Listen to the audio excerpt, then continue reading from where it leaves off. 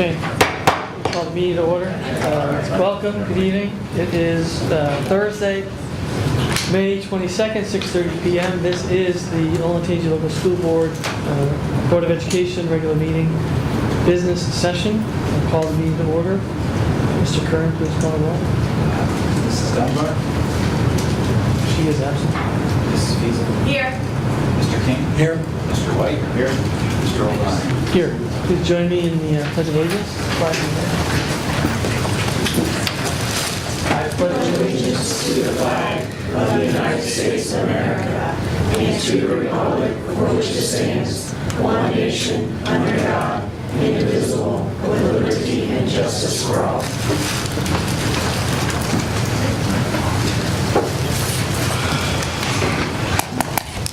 Okay, the agenda. We have a number of an addendum to the agenda, a number of amendments to the agenda. Yes. You want to walk through Yes. what we've got? As usual, this time of year, we usually have addendums to the agenda because of the hiring season. I believe you were presented with items A 10 through 22 under certified staff. I just want to quickly walk through a few of those.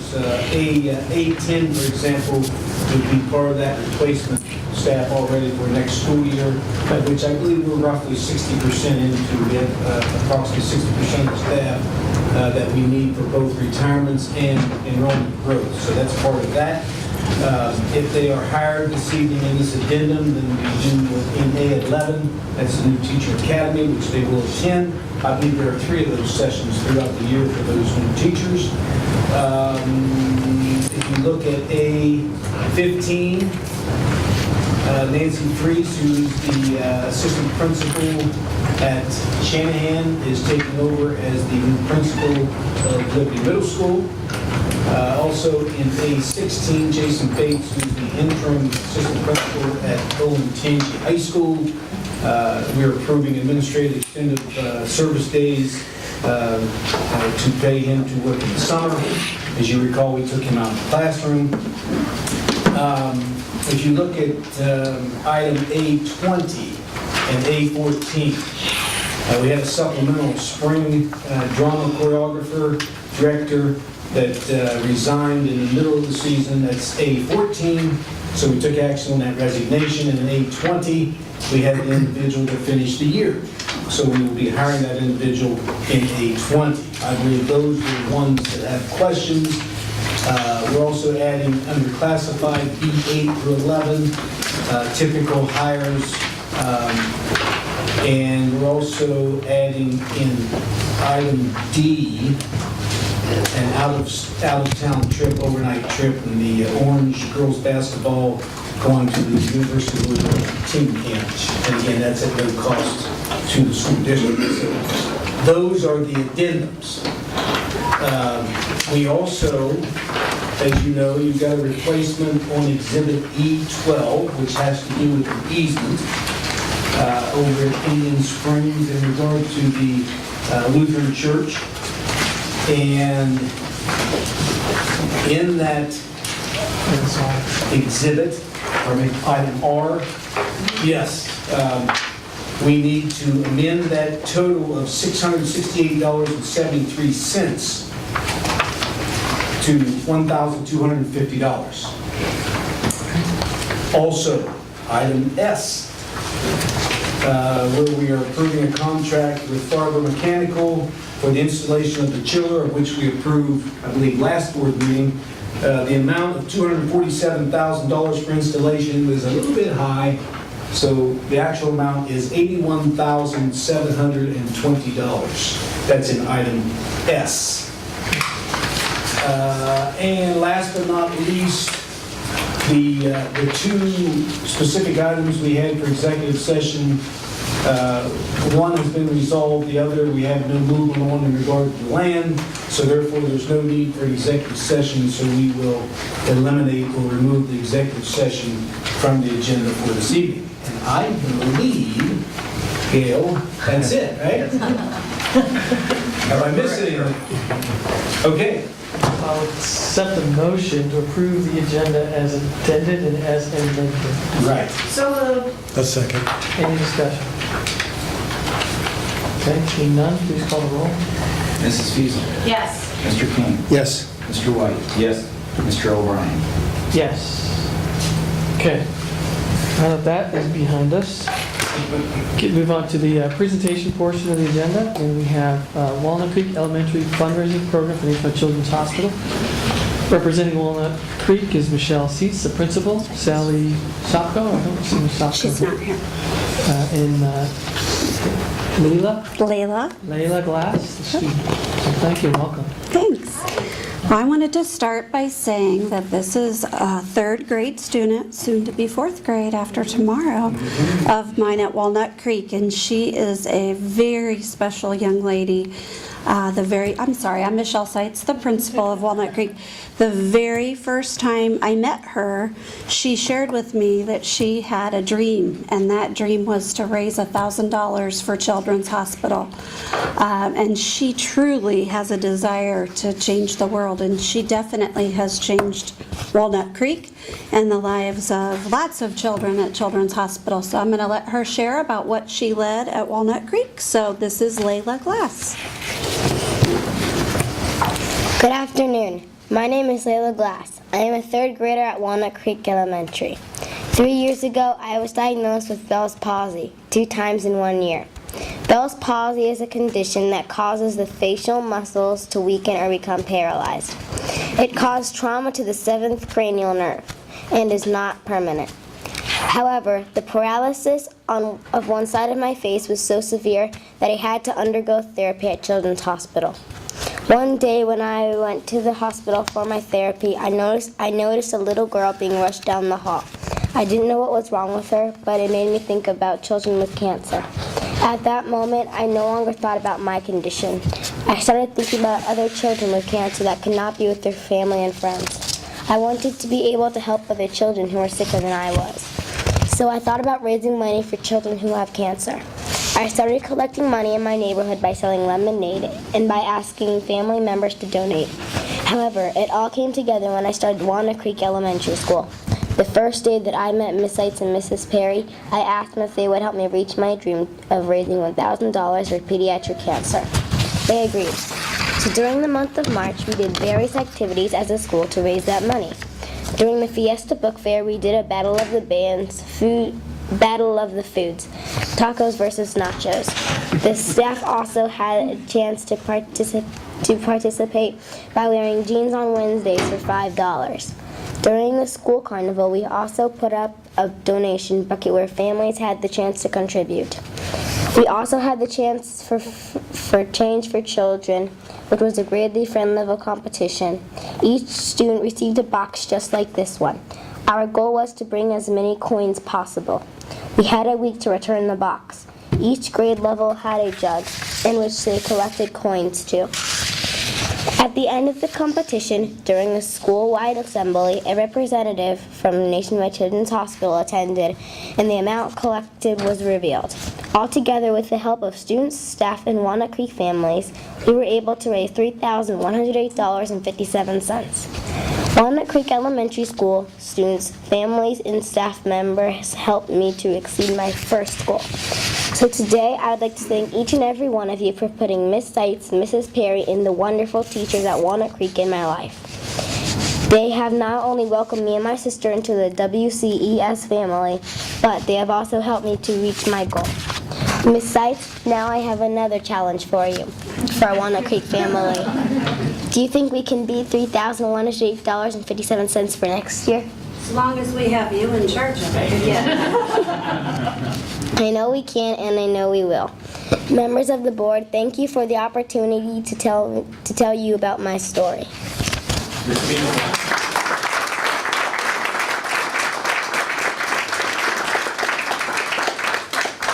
Thank you very much. You've got probably more composure than many adults at St. Paul. Yes. Very Yes. Any And I'm sure that you passed your third grade reading.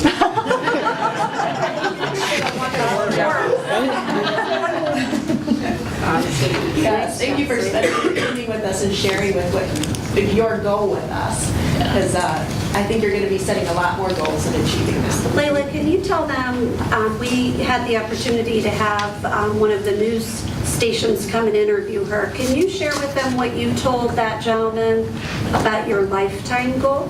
My lifetime goal is to raise $1 million. Fantastic.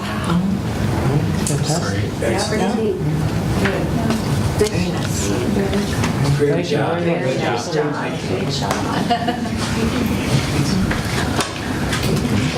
Okay, next on the agenda is the board's president. A couple brief remarks, and I'm going to turn it over to Dave and Julie. Many of us had the opportunity to attend graduation last weekend, which was fantastic. A full day of celebration, which was great. Good to see the outcome. 12 years of hard work for those kids. And tomorrow, I actually have 2 more graduations. I have an 8th grade and a 5th grade. So my graduation trails continue. But it's good to see the end of the year and see the kids ready to move up and move on. Now with that, at the same time, we've had a lot of legislative activity, a lot of legislative action and support, actually from this board, from members of the administration. I thought I'd start with probably Dave and then Julie on what you were able to do at the Senate and testifying, and then an update on maybe where things are headed. So we'll start with Dave. Well, there were a couple of volunteers who were at the Thursday session of the Senate Education Committee testifying in support of the mid-biennium amendment that Senator Hughes is proposing, the essence of which would bring Olentangy and other similar very fast-growing school districts to the same funding level of $1,089 per student per year. As you all are aware, we're just over $400 currently receiving from the state of Ohio. Then the following Wednesday, last Wednesday, Dr. Lucas, Brian, myself, and parent volunteer Steve Coupler testified before the Senate Finance Committee and expressed the same sentiment, looking for support specifically of that amendment. A full day affair. Interesting how the whole system works. As I understand it from reading information this afternoon, the bill is going to the Senate now, and we'll see what goes on from there. And there's an opportunity next week to testify as well. So I thought we did a nice job, the 4 of us. Our message was very clear and brief and to the point, and that was probably a good thing because we were the last ones to testify at about 4 o'clock in the afternoon. So I thought it was well received. I did send personal notes to Steve and to all 3 senators, thanking them for their consideration. I think it's important to note that we've got a voice and we've got a presence in this legislative activity, which is important, and we're out as a board advocating on behalf of the Olentangy residents and Olentangy taxpayers. So, go ahead, Jim. All of that testimony is online under the Senate Finance Committee and the General Assembly's website. So if you want to read that, it is there. And then the Columbus Dispatch also did a story. It's called the Fair Funding Amendment. As Dave said, private schools and charter schools get $1,089 per pupil, whereas Olentangy in 2013 only got $308 per pupil. Fiscal year 14, I think it's about $400 per pupil. So there is a discrepancy there, and what we're asking for is fair funding. If you're going to give that to charters and private schools, and that does include religious private schools as well, then all schools should get that minimum. So it did not get added into the Senate, at the Senate committee level. They're still debating the bill. When I left work today, I don't think that it had come out of committee yet. Or no, it did come out of committee, it hadn't gone to the floor yet. So it'll go to the floor next week, and there will be some more debate. There are a couple bills that we're also watching that don't necessarily affect student funding. One is the Gen Z bill, where we were fighting over in the Liberty Township area, where they were going to tax some of our our employees of some of our schools, plus the zoo and some other entities on that side. And that tax money would improve the Liberty Township area. It's called a JED-Z. It wasn't, the idea was not what, the intent was not what the bill was meant to do. So we have other entities that are in support, like we are, of doing away with those JED-Zs, and that has gotten a lot of support, and that will probably be enacted so that what we saw, what we bought over in the Liberty Township area probably will not come forward anymore. So that is good. I think are you going to touch on the dual enrollment piece? Because we were watching some bills in dual that had to do with dual enrollment, but also what is happening is that there are going to be some changes to the teacher evaluation system. They're going to delay there was a portion of the new teacher evaluation system that we're going through where a portion of their evaluation was based on student grade or student achievement on the new state tests. Well, they're going to delay that. That was supposed to take place starting this year. It'll take place, now they're going to delay it until 2015-16 school year. So that is a delay so that everyone can get their feet under them. And, we have this, we're teaching to the new state standards, but our state tests aren't up to this new state standards yet. So there's that disconnect there. Also, there in one of the bills, they're going to do some changes on the requiring all the schools to give the new state tests online. They're going to allow some school districts who were not able to get up online to take paper and pencil exams. So there's a lot going on right now. A lot of the bills that were passed yesterday are going to have to go to conference committee next week. The mad rush is on because the legislature wants to get out next week. They want to be done by the end of May. And then they won't come back, unfortunately, until November, until after the election. So they'll be doing parades and fundraisers and stuff like that this year. But there are a lot of changes. Unfortunately, it doesn't look like it's going to be in funding. However, the ground is laid, and we're looking for the next budget. And so we'll start discussing that in January. So they are hearing us, they sympathize with us, they see the disconnect there between what we're getting and what other private charter schools are getting. And I want to remind everyone that state funding, and Brian has said this before, we get 4 cents back of every dollar that we pay. That's in our state taxes and our sales tax. Our residents only get 4 cents back. Anything in addition that we can get, that is a local tax relief to our residents here. We continue to be the fastest growing school district in the state, and in Brian's testimony, he said that unfortunately our state funding is actually, I think you said 30% less than what it was in 2009. So truly, there's an issue there, and it's just going to take education. And I truly thank all the parents who wrote letters and provided their support on the fair funding amendment, and we're just going to take it up again in the fall. It's interesting that the 3 or 4 testimonies on the Wednesday, Right. and then all 4 of our testimonies on Thursday, the one consistent piece of data was that figure, was the 4 cents on the dollar. So it's nice to see that continuity as well. Yeah, I mean, the principal what we're arguing for isn't more taxes, but just a fair share of what we're already paying in and more equitable redistribution. Right. If the school funding formula worked correctly, like it should, there's a cap on it right now, we would get $42 million from the state. But unfortunately, they cap that, and it affects high-growth school districts.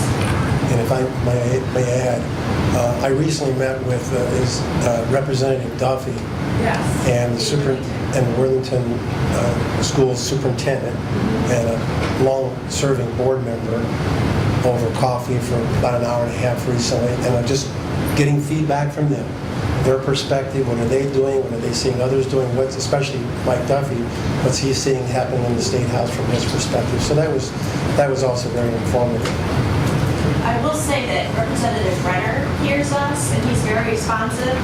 If he and I don't agree, he at least returns my email or my phone call, and I truly appreciate him listening to me. I don't get the same response from Senator Jordan. At all. Right. Well, and he did, and Representative Brenner is a part of that amendment Right. The fair funding. for the fair funding. That's correct. Okay, great, thank you. Appreciate you guys spending time, a lot of time. Okay, next item is the superintendent's report. Dr. Lucas, the floor is yours. Thank you, thank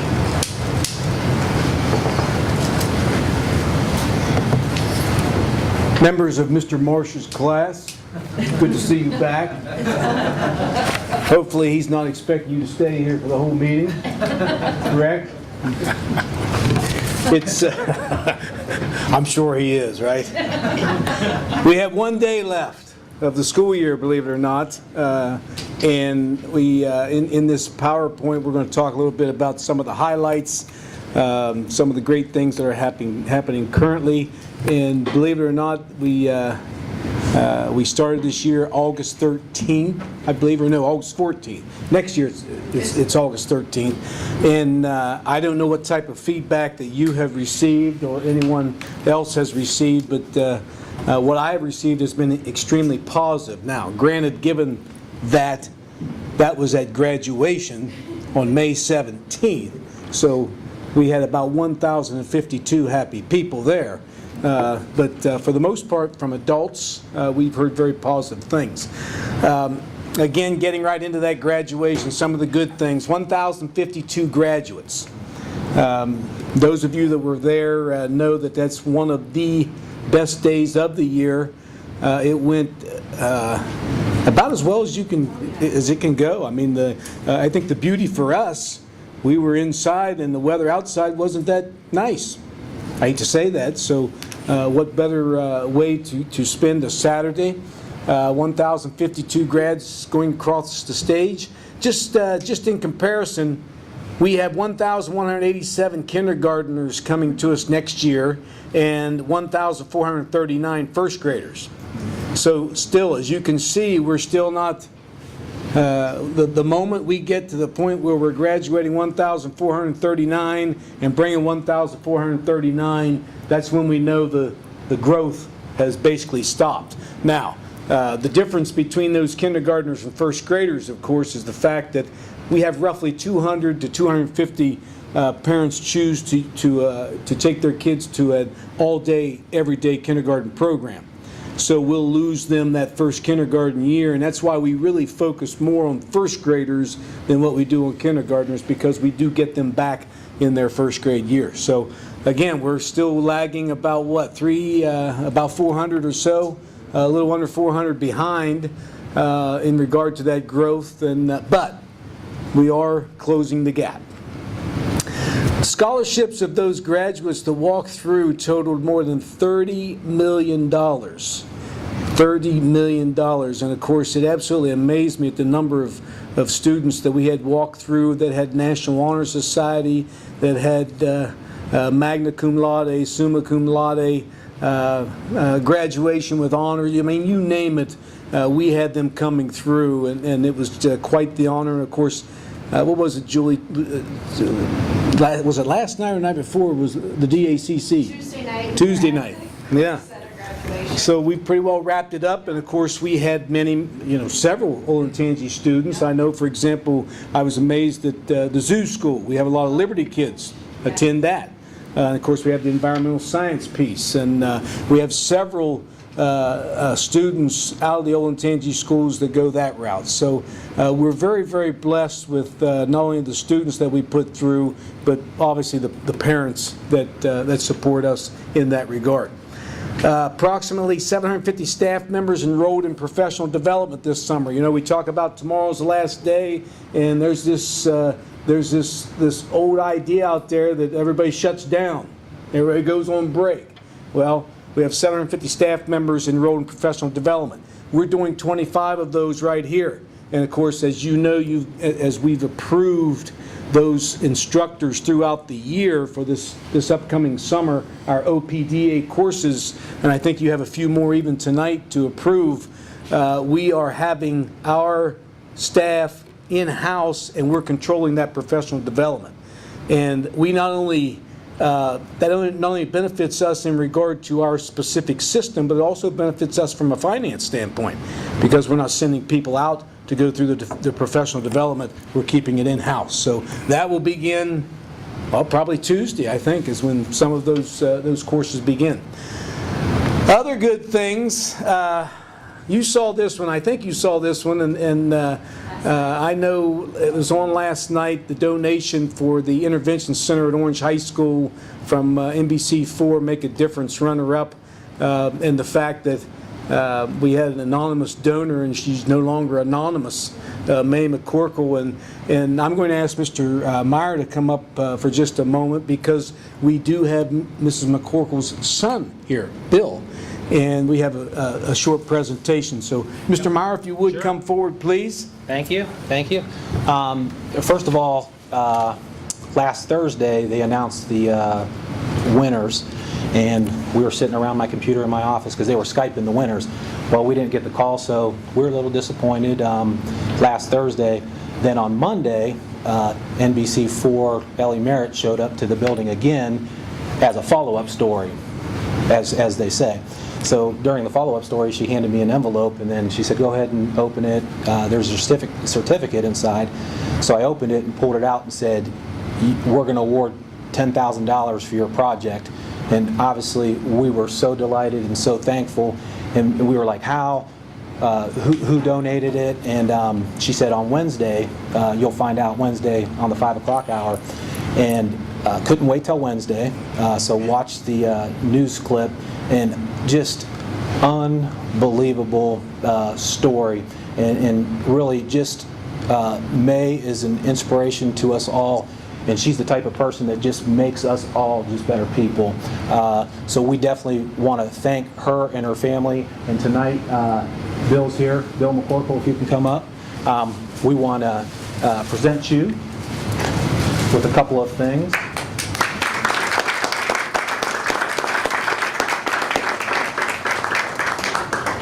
Karen Sidodian, one of the assistant principals. Nice to meet you. Thank you. Thank you. Thank you very much. So we have a bouquet of flowers here. Wow, that's nice. Thank you. And sure appreciate that. Thank you.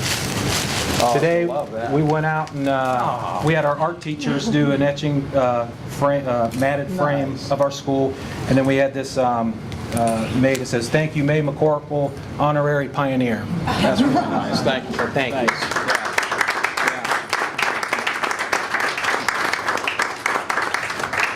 Thank you.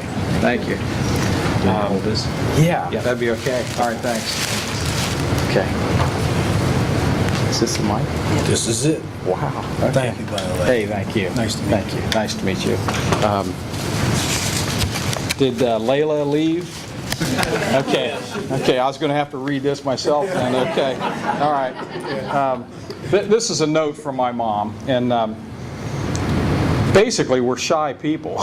She didn't do this to get any recognition or awards. It was just a gift from the heart. She's the most loving, giving person that I've ever run across, and this was a very sincere gift. It wasn't to get awards or acknowledgement, but I'm going to read a note that she typed out on her typewriter. So thank you for your kind invitation to honor me this evening. I'm sorry I'm unable to attend. However, your invitation is very much appreciated. It's been a real honor and privilege for our family to grant your school the $10,000 gift for your special needs class. We also wish to express how much we're touched by the wonderful teacher, Lori Repko, in charge of this program.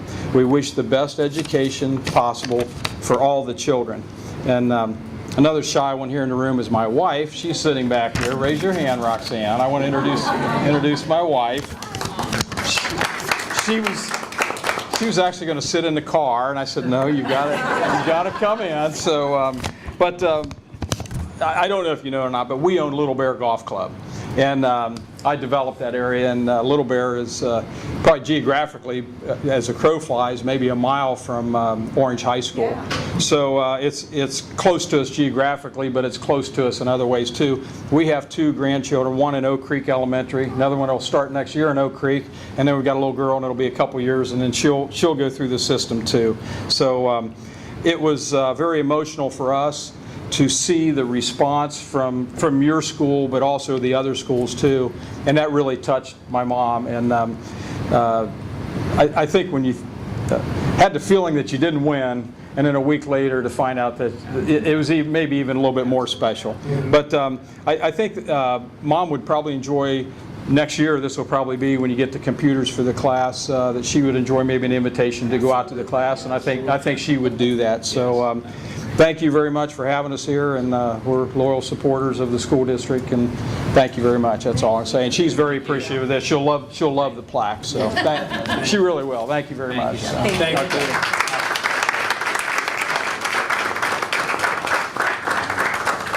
Nice. Thanks. Thank you very much. Okay. All right.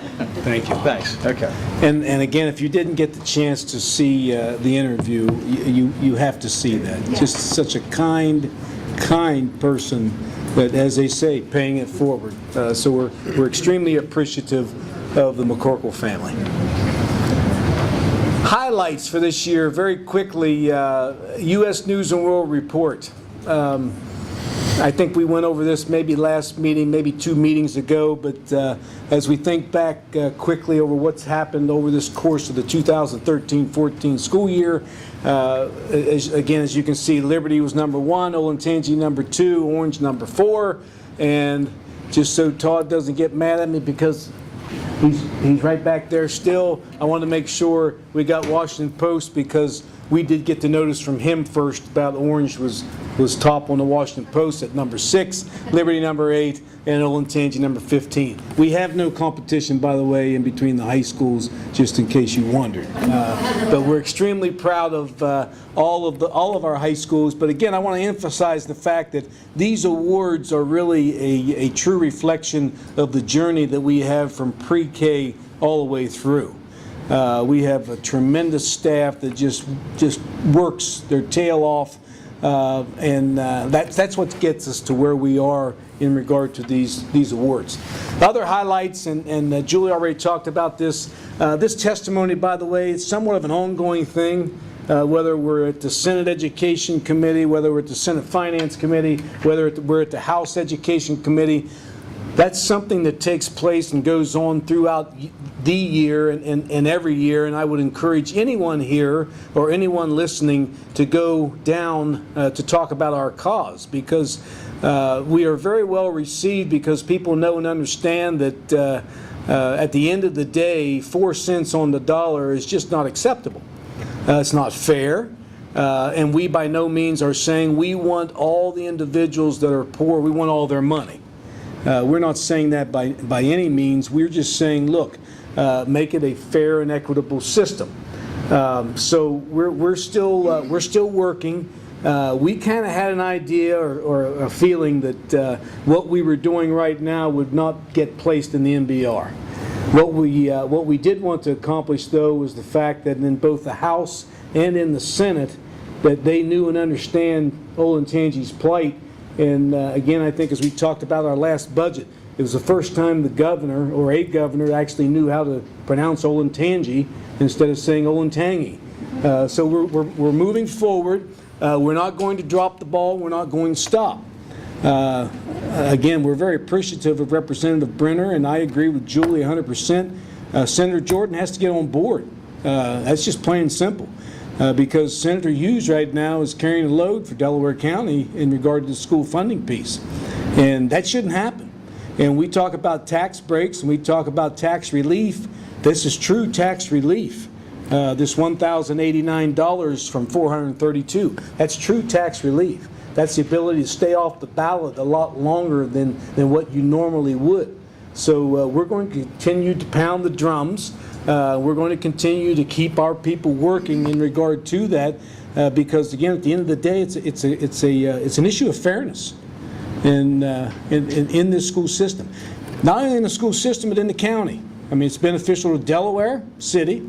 It's beneficial to Big Walnut and will be more beneficial in the future because of their growth. Buckeye Valley still, it's somewhat beneficial to them because what, Brian, 15 cents, 16 cents on the dollar they get back? Again, the average school district in Ohio gets about 65, 66 cents. So the economic engine of Ohio is in Delaware County, and which is fine. It's a great thing. But also you need to take care of the economic engine. So we'll continue to hit upon that. A few things about the legislature and this MBR that we didn't talk about. The dual enrollment piece that we also have talked a lot about. Representative Brenner introduced an amendment as taking away the floor. Because, as you recall, the floor of the dual enrollment piece was, or College Credit Plus, as it's called, was $40. That's the minimum amount that you would pay. Well, we had agreements with Columbus State, for example, at $25 a credit hour, which made us or forced us to move that up to $40. He did introduce an amendment as part of that 487, House Bill 487, which eliminated that. Unfortunately, when it got over to the Senate, it got put back in. He's not done working on that. And again, I'll emphasize the fact he works with us. Sometimes, I think as Julie said, we may not agree, but he always responds to emails. He always responds to calls. He always responds to meetings. And as a representative, that's all we can ask. So we'll continue to work with Representative Brenner and trying to get this dual enrollment piece up, or I guess from a floor standpoint, down, and we'll see how we work throughout the next budget. Our goal is the next budget now. MBR is pretty well a done deal, and we're looking for the next budget. So even though the legislature won't be back till November, we will be working on them between now and then to stay in their ears saying fairness. Fairness is the key. Preliminary OGT results, I think we sent those to you, and again, not much change. I say that, I don't want to sound disappointed because again, when you're sitting in a performance index of 111.6, 111.6, and 109.9, that's not too bad, not too bad at all. And again, if you look at the far right, the district, reading basically the same. We dropped a little bit math-wise, but everything else we slightly improved. And what that will do or how that will affect our district performance index is yet to be known because the OAAs will be returning soon. I believe either sometime in June, late June, or early July. Retirees of the class of 2014. Now, these are only a few, by the way. You may know some of those people, you may not. But one thing that they all have in common is the fact that they spent a lot of years here, some more than others. And we're very, very appreciative of the individuals and the career that they've had and the service that they've given to the Olentangy Local School District. We wish them well. It's always a bittersweet moment in the fact that you lose quality people, but it's also a very positive moment in the fact that now, as they tell me, every day is Friday or Saturday, whatever you want to say. So that's a great thing, and we wish them well, the retirees class of 2014. Tonight, under discussion items, we're going to hear an energy conservation update from Chris Proper. And by the way, she's done a fantastic job. I think you were all here when we started talking about this energy conservation, and we talked about an outside firm coming in, and then we kind of talked about at the development committee, which has since been changed to the facilities committee, about the fact that we can do this in-house. And you'll hear her report and see, know, and understand that they were right. We can do it in-house. So it's going to be a great report. We have Mr. Kern on the 5-year financial forecast and the general fund budget, second reading and approval. I promised I would not steal any of his thunder, so I'm saying nothing more about that outside of the fact that he will be giving that report.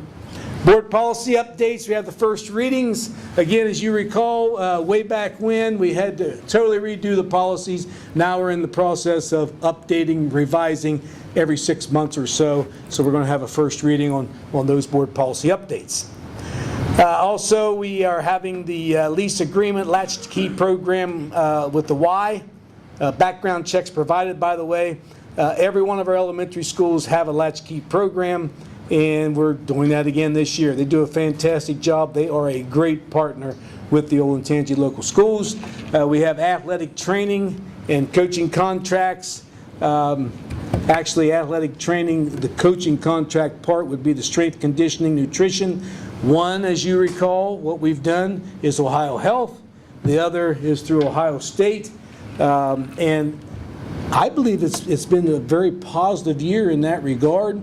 So we're asking to renew those on a 2-year at the same cost as the current contracts. BNC Blacktop contract. By the way, this work includes a service road behind Shanahan. You know, as you drive from Olentangy High School over to Shanahan, you do the old S and the blind curves. We're going to take that blind curve out of there so it's a straight shot. We are going to put speed bumps in there, by the way, because when you hear straight shot, you think of NASCAR, things like that, especially at dismissal time of the high schools. So we will slow them down with speed bumps, nothing to be concerned about. But we feel that there were a couple issues here about safety. One was the dugout out here where it almost sat on the road, and the other is that S curve where, if you were sitting in a classroom, you could almost wave at a car coming at you like, I hope you turn, which obviously they did. But we're going to take that curve out of there, and that's another emphasis on the safety of the complex. And last but not least, on this slide, we have the chemistry lab addition at Olentangy High School. And again, we have discussed that, looked at it, and this will provide Olentangy with the same number of labs, 3, as Liberty and Orange High Schools. At this time, I'm going to bring up Vince Titilio and talk a little bit about the high school math text adoption. Vince, good to see you. Good to see you too. Thanks. Do you want me to run this, or you want to run it? I can probably cook. I'm pretty good at that. Okay. Good evening. How are you guys? I'm Vince Titilio. I'm the supervisor of secondary curriculum, and I just wanted to really quickly give you guys kind of a progress update on the adoption of new high school math textbooks. In June, we're going to come back with a formal adoption proposal, but I wanted to sort of give you some insight as to how the processes went throughout the year. So this process, we set out with the goal to adopt new text for Algebra 1, Geometry, and Algebra 2. And the reason we focused on those classes and not all of the other fourth courses at the high school was because we were in the middle of some pretty serious curriculum work with those subjects this year. So it was kind of a perfect match to have teachers there doing curriculum work, and then also looking at resources in the afternoon. So 2 goals. One was to get a really quality resource, and the other thing I really stressed was I wanted to explore whether or not a print resource for every student was the best, whether a digital resource was how we wanted to go, or a combination of the two. So we really set out with those 2 goals throughout the process. And if you look at the last adoption in 2008, there's been really 2 significant events, not just in math, but in a lot of other subjects also. Obviously, in 2010, Ohio adopted new learning standards. Those new learning standards, although still math standards, were a challenge for math teachers. There's lots of challenges in math that in other subject areas haven't had with the new standards. It's not just new content, it's also a new way of addressing the content, a deeper level of understanding that's expected. So it's taken a few years for people to start to feel comfortable. And this being my first year in the district, I've heard teachers finally kind of say, okay, now I get what I need to be doing. So I think that lends itself to an adoption. We're figuring it out.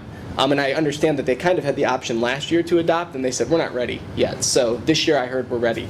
The other piece is the next generation assessments that are slated to come out next year in the spring of 2015. And the PARC Consortium, who's created those, has done a great job, I think, of producing guidance materials, really interesting, detailed documents that teachers are able to really dig into. And I think they have a clearer picture of what students are going to be asked to do now. So I think with a better understanding of the standards and a clearer picture of that, they're saying, okay, I know what we want in a resource. So the process we used I had those teachers, kind of a group of teachers, all grade levels, all those courses, also representing the middle school because middle school students are taking these courses too, and department heads at the high school level. Each of those days I had the publishers come in, the three main publishers, Pearson, Houghton, Mifflin Harcourt, and McGraw-Hill, to sort of give a presentation of their newest, greatest resources, not just print, but also the online capabilities. And then the second phase, we asked them to take them back to their buildings. That's pretty common, but one of the things we stressed was you have to teach these materials. If we're just looking at how pretty the text is and how nice it looks to you, that might be great, but the resource is for students. And I think we did a great job of really testing those out. We also had dummy logins for the online sites, got kids on there, played around. Some teachers were assigning some homework assignments through the online sites. So I think we did a good job of gathering that feedback. We came back together in spring. It was a pretty unanimous decision. I'll share in a moment. But the last step that we went through was using the Ohio Math Resource Filter, which is an ODE tool they developed to really look at resources to check for content alignment, accuracy, lack of bias, like all kinds of things that really at a district level we need to be careful of. A lot of the things match up with the board policy also. So we kind of put it through that last filter, and it was unanimous actually that the McGraw-Hill Glencoe text, the 2014 edition, was the text that we were most excited about. The other thing that we decided, and this was also a unanimous decision from teachers, was to not purchase a text for every student, a hard copy for every student. We want to purchase class sets for the classroom. They still felt that that was important, that they had that text that they could reference with students, and also that if a student needs to take a text home, we have text to give them. Definitely want to look at having enough for extras, intervention specialists, gifted folks. We want to make sure everyone that needs one has one. But we are going to propose to purchase a 6-year online subscription for every student. So you'd have the class set and then the online subscription.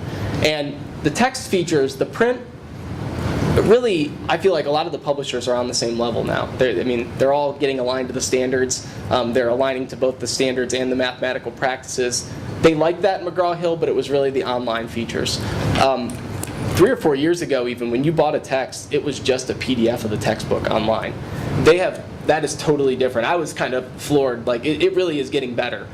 McGraw-Hill's online format is essentially like a learning management system. Teachers can go in, build modules for their students. They can pick from video content, lecture content, different problem sets, and sort of build their own assignments. And then on top of that, it's also an assessment tool. There's some great ways for teachers to look at different standards. What standards are my students struggling on? Obviously, they can create these things, and they stay there. Kids need to do them again, they can do them again, get it on the weekend. All of those things that we've been asking for and thinking about with technology, I think this does some of that for us. So there are the textbooks, or there are a few who gets the textbooks? Who doesn't? Each teacher who would teach the course would have a class set in their room. So during that, their 50-minute period, they could use that. They could also check it out, send it home, whatever they wanted to do. But essentially, they chose that the online subscriptions would be where they really assign their homework. You can also, you can print all that stuff off there too. So if the resource is online at home and the student needed a hard copy, they could print it out also. But the class sets would be housed in the teacher's classroom. So it's printing off at home from the computers? Yeah, if they needed to do that, a student, I guess. Do you get any parent feedback on the limited textbooks? We are doing a curriculum committee meeting next Tuesday where parents are at. Teachers did give some feedback that they heard from students and parents on that. I think that the one thing we were careful about when talking about whether to eliminate them totally or go with the class sets was that, what if a student does need that? We want to make sure we have enough text in the building for any student who wants that, needs that, to have one. And it wouldn't hinder them in any way. The other thing that I really like is the fact that McGraw-Hill, when you buy the 6-year subscription, anything they update is updated automatically. And as things have filtered out more about the standards, about the assessments, if they've made updates, you get all that. If you only have a print version and they suddenly in 2 years say, oh man, we got to change the way we're asking students to work through these tasks, they're going to put out another edition, and then we're going to be looking for that. So I really feel like that is a really strong suit. Nobody, including myself, was ready to totally give up the print. But when you see what they can do online, I think you start to see, wow, this is more dynamic than a textbook in the past. I know Hilliard's going the way of everyone's getting an iPad. Mm-hmm. And so they're doing totally away with Yeah. the textbooks, but are the textbooks there yet to be able to do that? I mean, it just looks so different online. Yeah. I mean, the content is there in lots of different formats, but I don't know if people understand yet how to, like, we're going to have to do a lot of professional development. And that's kind of, as we get to the adoption, I mean, that's the next step, is to get teachers proper professional development, get them up and running, and it's going to take a little bit of time. I mean, I think people will still lean on the text a little bit, but they're also going to, help them, we'll push them to explore that online piece also. So I think that's really sort of the process we went through. I'm really excited about the resource. I think teachers are really excited about it. And we're looking forward to kind of coming with the adoption and then really getting that plan for professional development, because that's what I like to do. So I'm excited to work with them on that. How did the cost compare to Yeah, oh, that's the part I missed. textbook versus the license? Well, it's interesting. About the average of these textbooks is about $80 to $85. They vary. The online subscription is about $60 to $65. So I mean, that's a significant savings per student when you add it all up. And then, really, I thought the other interesting thing is they're really pushing their online, obviously. So I feel like the amount we're saving and the amount of resources we're getting in that update and the ability to mold the content, be more flexible, I think that we are getting more for what we're spending. And it might have more durability, I guess is the way to think about it, in the long run, because as things, we know they're going to change, right? And those publishers anytime things are changing, their first thought is, how do we change our resources to meet that? So if we have access to that, I think it's Are you able to preview future chapters like at the end of the year? Yes. Well, and that's the thing. You have access to all the content. At once? Yeah, so teachers could actually create, personalized lessons, even and assign it to a group of students. So if you had a group of students in your class who are you already pre-assessed them, that they're moving ahead on this, you could create a learning module for them. And that's really nice. And it's not just problems, it's videos. There's a lot of help features for students who are struggling, where you could get kind of a hint, or they even have some live tutoring on there, which is kind of interesting too at certain times that they showed us. On your home, you can look at future chapters? Yes, yeah, oh yeah, you have access, just like in the past, you have access to the whole PDF. The whole book. But there's that's really not the most important part, I guess. There's all the other resources and tools to get the content to the kids. So I guess over a 6-year period, would there be much, say, drift between the hard copy version and the online version? Because of that? Textbooks change, but I would say even we were looking at their old text, that print version, it looks better, but the questions are slightly different. We are getting to more application. They're using the language of the mathematical practices, which is a huge change in the math standards. I haven't seen it change. Even the standards change, the text hasn't changed that much, so I can't foresee it being drastically different. And in 6 years, I wonder, where we'll be. Because in 6 years ago, I would have said every kid's got to have a hard copy. And just so I understand the concept of a class setting. So, class setting, I got 30 kids in the class, I buy 30 books. If I run 3 sections of that class, those 90 kids have access to the 30 books versus me buying 90 textbooks. Exactly. And in different buildings, they have different amounts of teachers teaching those courses, so we had to kind of project the numbers and also look at growth. And look at, it was a little bit more complicated doing it this way to figure out how many, but I think we have a cushion, which is good, so that kids who want books can have books. And there's other staff, like intervention, who need those in their room also. The changing of the materials, that to keep up with state testing, how much does algebra change? Well, it wouldn't be the same content. I think what they're looking at is the types of questions they're asking about algebra. Like, for instance, I guess in terms of more application of those into like a real world situation. And then they're also looking at the fact that if the assessments are going to be online, that students, they should mimic some of those online skills that students are going to need to answer those questions on the state assessments on the online format of the textbook. So a lot of them are trying to look at what they're doing at the state level and kind of mimic it online in their digital format. And that's it though, right? I mean, how much you gonna change out, but you're just trying to keep up with state testing? I mean, Why don't you pay $60 a year every year for new textbook? If algebra. well, this is 6-year subscription for students. Yeah. I mean, so what's changing it though? It's so. Well, I think that they're adding content, like adding more video content, adding more lecture content, adding more questions to a question bank. And as they learn more about how the standards are being played out in the classroom, kind of trying to look at, are the questions meeting the standards? Again, just to be clear, $80 one-time fee for the book, $60 roughly one-time fee for a 6-year license. For a 6-year license. It's not 60 per year for 6 years. It's one time, right? Yeah. And I mean, and then, you know, obviously you have to make a decision after 6 years to re-up your subscription. And we're adopting these at the June 26th Yes. board meeting. 26, is that? I'm sorry, I said 27. Is it up there? That's probably the wrong date. Oh, it is. It is the wrong date? Thursday? Thursday. Yeah, okay, that's probably Wednesday, I think. Last Thursday. It's close. We know. Thank you, Thank you, guys. Thank you.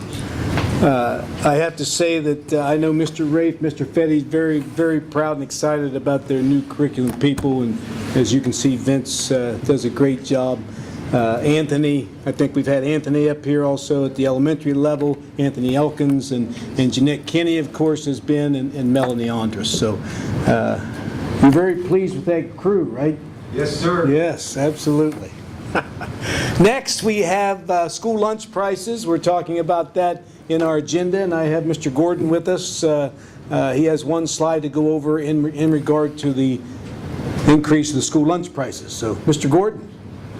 I don't have a slide beyond that. I just was going to explain the reason for the continued school lunch prices.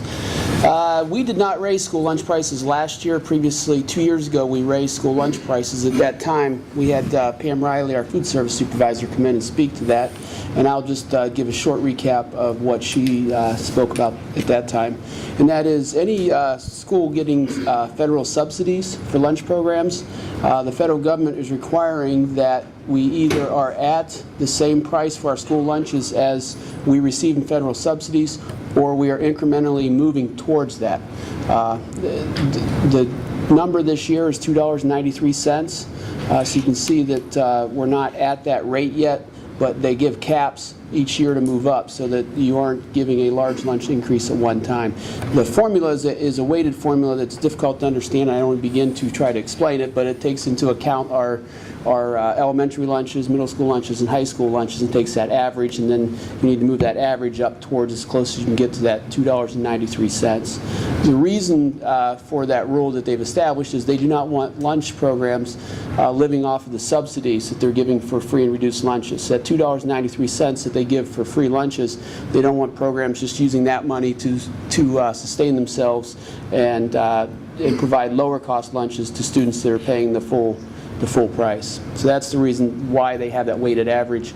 This year, as you can see, it's 25 cents at the high school level, and we, every time we raise these prices, we really look at where it makes sense in comparison to what other districts are charging, and in comparison to the lunch that they're receiving.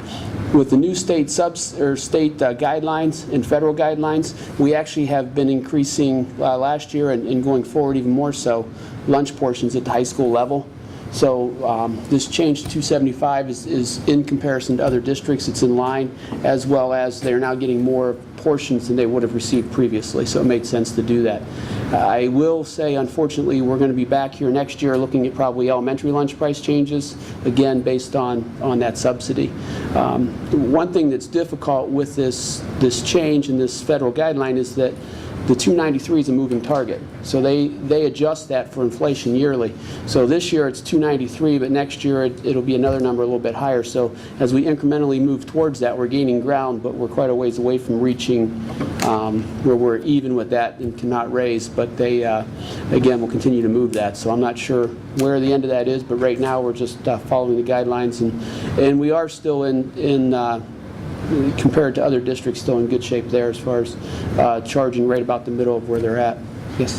Jeff, in the memo that Pam provided, it said that she had a breakout of the other lunch prices, but we didn't get that. Could you make sure that we get that? Yes, I'm sorry. I thought that was attached with that. We just had the first page of her memo. Okay.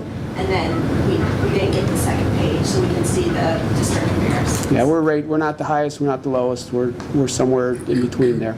And then I just have another question.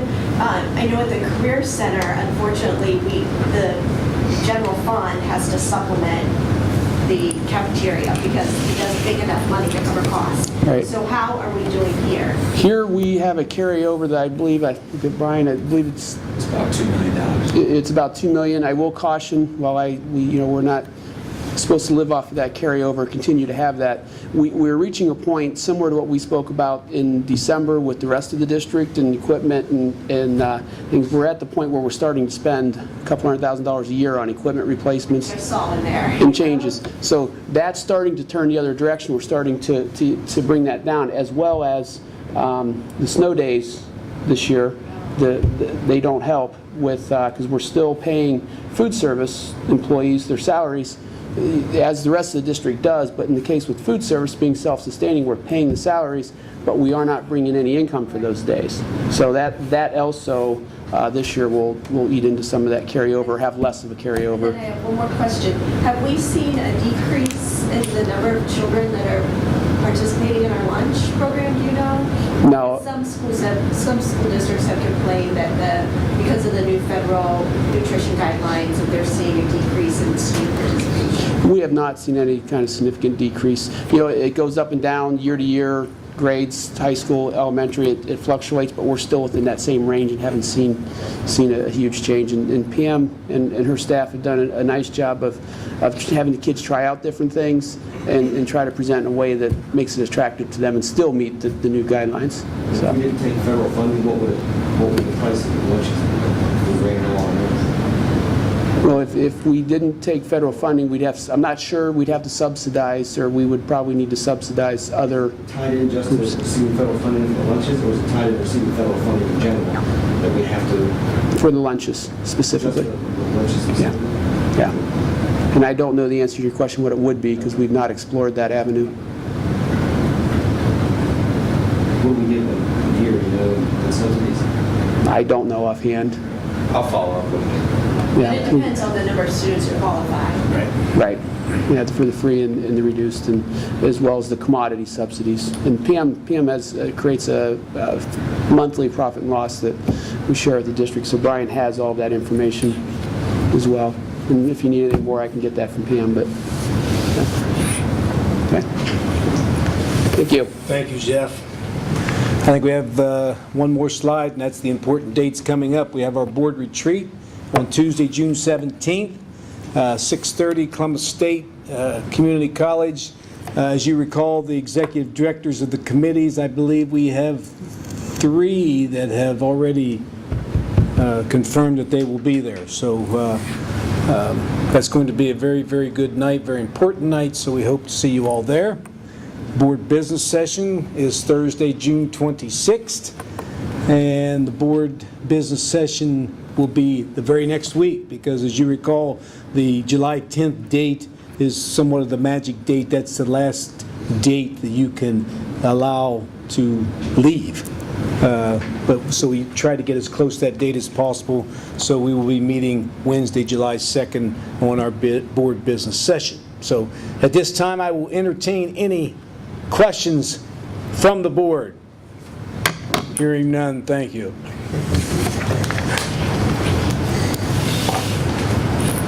Next item, treasurer's report, Mr. Kerr. Yes, on this evening's agenda, as far as treasurer action items, would be the May 2014 five-year financial forecast update. We'll just talking about that a little more in discussion items, along with approving the 2015 general fund budget. The rest of the funds that we have out there, such as food service or principals funds and some of those other ones, will come back at the business meeting in June. As far as what we're saying. Also on this evening's agenda is the financials for March and April 2014. Approve the board minutes for April 10th meeting and approve amended appropriations at the fund level and donations to the district. Just want to touch upon a few things in the March and April financial statements.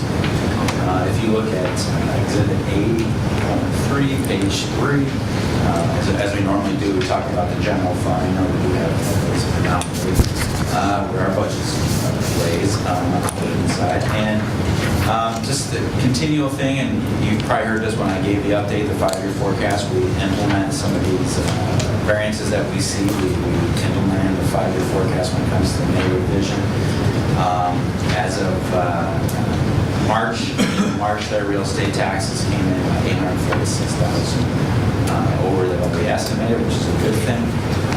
That was due to valuation was a little higher than what we estimated in the fall.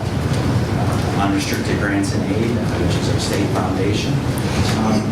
And again, I'll probably touch upon a little bit of this again in the five-year forecast update, but if you remember back in the April meeting, when we talked about, we started seeing this variance of the February financial statements. This was due to what I call below the line additional aid items to the preschool funding. We didn't have any estimates back in the fall from APP. We finally started receiving those monies in February, and as we go along here, that should be about $1 million, so, which is a good thing. All other revenue, operating revenue, we're actually below projections at this point in the year. $476,000. If you remember back from the first meeting in May, we had rebates or refunds from our TIF properties in the Polaris area, totaling about $1 million. Predominantly this line, all other operating revenues, is the TIF revenue. The CRA revenues is the two biggest, are the biggest of that area. And we did have a $1 million refund for the Polaris area TIFs. We're up 1.8 million on other financial resources. Financing sources, I'm sorry. That again is the refund. That was a refund, again, from the Delaware County auditor for the real estate assessment fund. So there again, let's do positive variances that we had on the receipt side. And then expenditures as we go down. Personal services coming in below estimates, which again is a good thing, as predominantly nutrition savings came in higher than projected. And purchase services, another big variance there, is probably budgeted a little high, and utilities, even with the bad winter, we feel will come in under in that area. So that's kind of the differences in financial statements. As you see, April's not too much different. The reason for those variances in those areas. If you look at, we do have some appropriation adjustments at the end of the year. As we normally go along, principals funds increasing as they have balances in their funds, and to be able to spend that, we have to have appropriations there. Yeah, on the principals fund, why don't we use the student parking fees towards the maintenance of the parking lots? Makes sense. If we have a parking fee, we need to take care of the parking lot.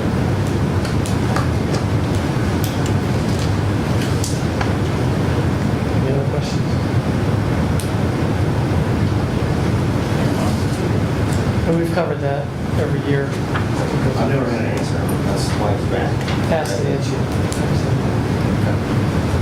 And then the final thing is Exhibit 8.6 is donations to the district. We have 3. The big one is Heritage PTO throughout the year for field trips, Scholastic dollars for some smart boards, PA system, and books for the classrooms. That's as far as treasure and action items for this evening. We also have some good news to talk about too. We just were recently awarded the GFOA Certificate of Financial Reporting. I believe that's about 13th or so year in a row that we've gotten it.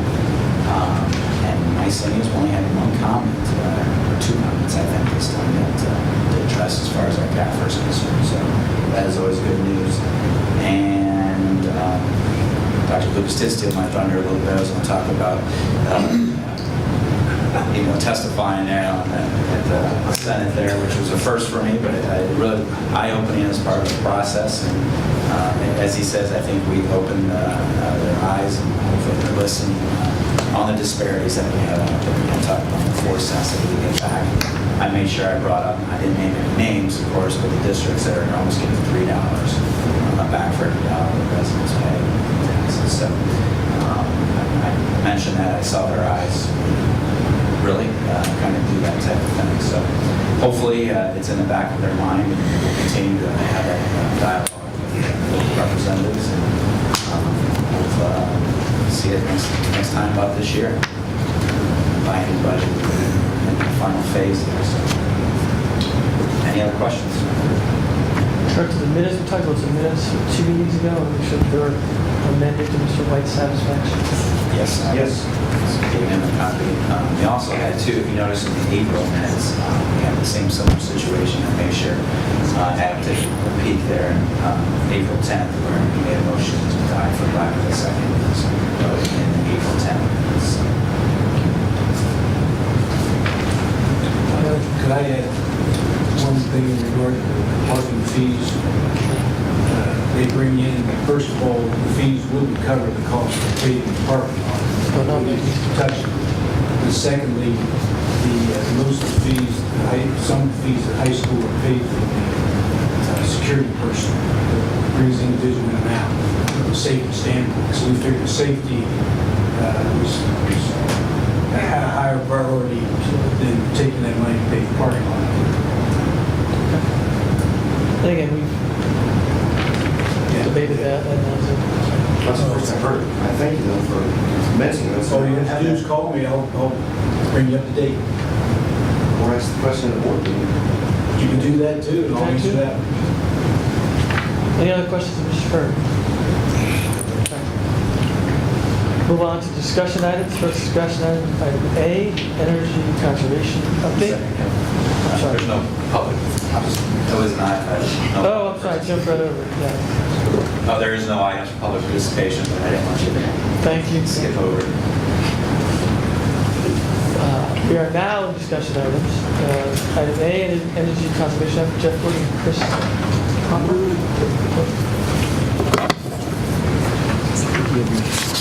Pass those out already? Yes. Oh, okay. Well, as we like to do, we have some more good news tonight to share with the board, and that is, as Dr. Lucas had mentioned earlier, we brought to the board quite some time ago a company, Energy Education, that wanted to come in and work with the district on energy savings. As part of the processes we always go through with these type of things, we had that company come in and speak to the board. We went through a session with our cost efficiency committee, and then finally a session with our development committee, which is now the facilities committee. And what came out of that was, everybody agreed that we needed to do something.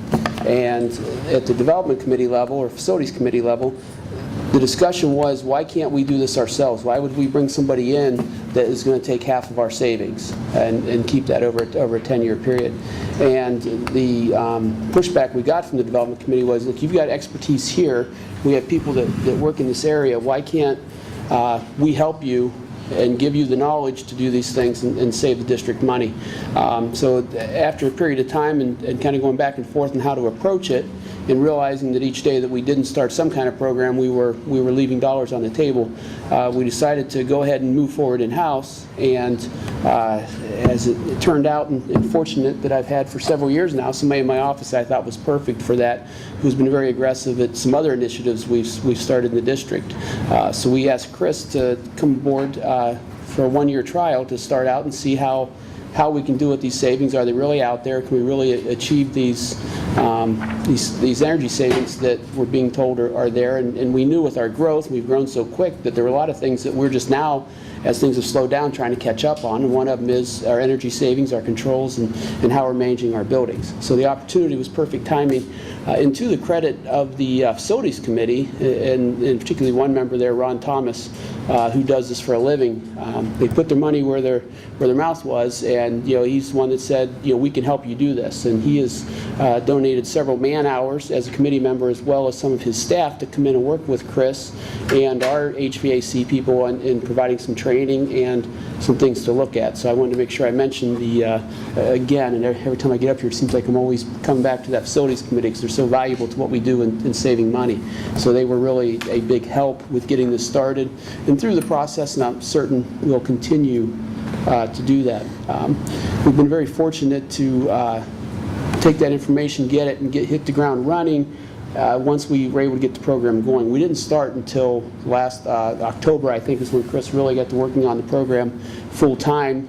She had to train her replacement or temporary replacement, as well as get this program going, start doing audits, start getting trained and doing all that. And I think that given the short period of time that she's been doing this, and the period of time that you'll see she goes through this, where we've got data up through the end of February, she's made a lot of achievements over that time, and a lot of positives. One thing I think that we'll take away at the end is she's just touched the tip of the iceberg of what is out there and what we can do. And you'll see as she goes through some of the things that she's done and how we've applied that at one building and 22 buildings to go. So there's a lot more to do, and we've seen some success. I think, again, it just is giving us momentum to move forward and keep going.